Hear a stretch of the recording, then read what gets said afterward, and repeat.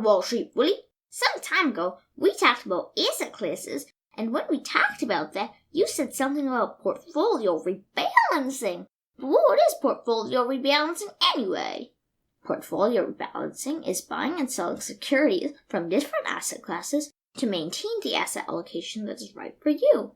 Well, when should portfolio rebalancing be done? You should do portfolio rebalancing whenever your actual asset allocation becomes very different from your ideal asset allocation. But how would your asset allocation even change like that? Whatever the prices of the assets you hold change, your asset allocation changes. When prices change a lot, for instance during the stock market rally, your actual asset allocation can change drastically.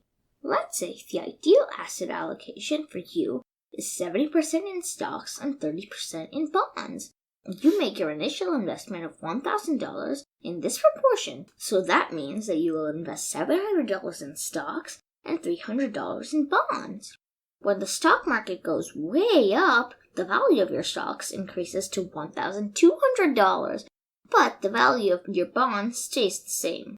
Now, your total assets are $1,200 in stocks and $300 in bonds, which is a total of $1,500, and the proportion is 80% in stocks and 20% in bonds instead of the ideal asset allocation of 70-30. Well, how can you even do portfolio rebalancing?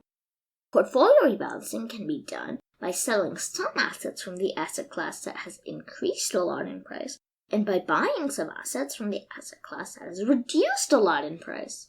It could also be a combination of these two. In our example, you need to rebalance your portfolio and bring it from an 80-20 allocation back to the original 70-30 allocation. Per portfolio of $1,500, which is the new total value of the portfolio after the stock market rally, this would be $1,050 in stocks and $450 in bonds.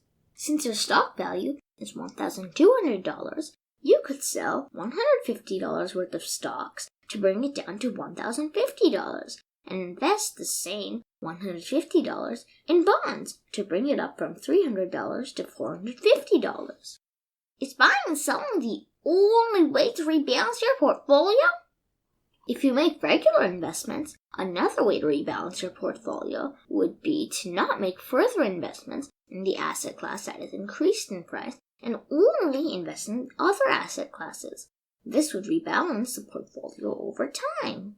In our example, if you chose to do this, you would stop making further investments in stocks and only invest in bonds until the original 70-30 asset allocation is reached.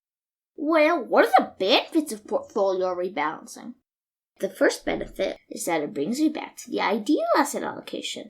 We discussed the benefits of this when we talked about asset allocation. The second benefit is that it forces you to book profits. If you sell assets that have increased in price, you are able to turn paper profits into real profits.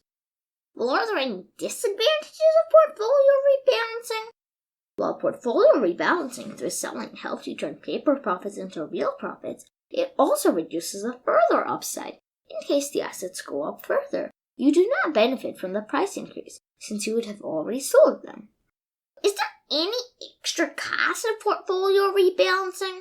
The actual cost to you depends on the number of buy and sell orders you make to perform portfolio rebalancing, since most brokers charge commission on a per trade basis.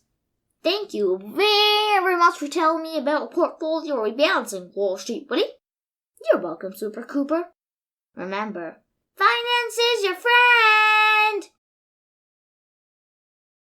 Hey people, if you enjoyed this video or learned something new, please like, share, and subscribe for more easy piece of finance.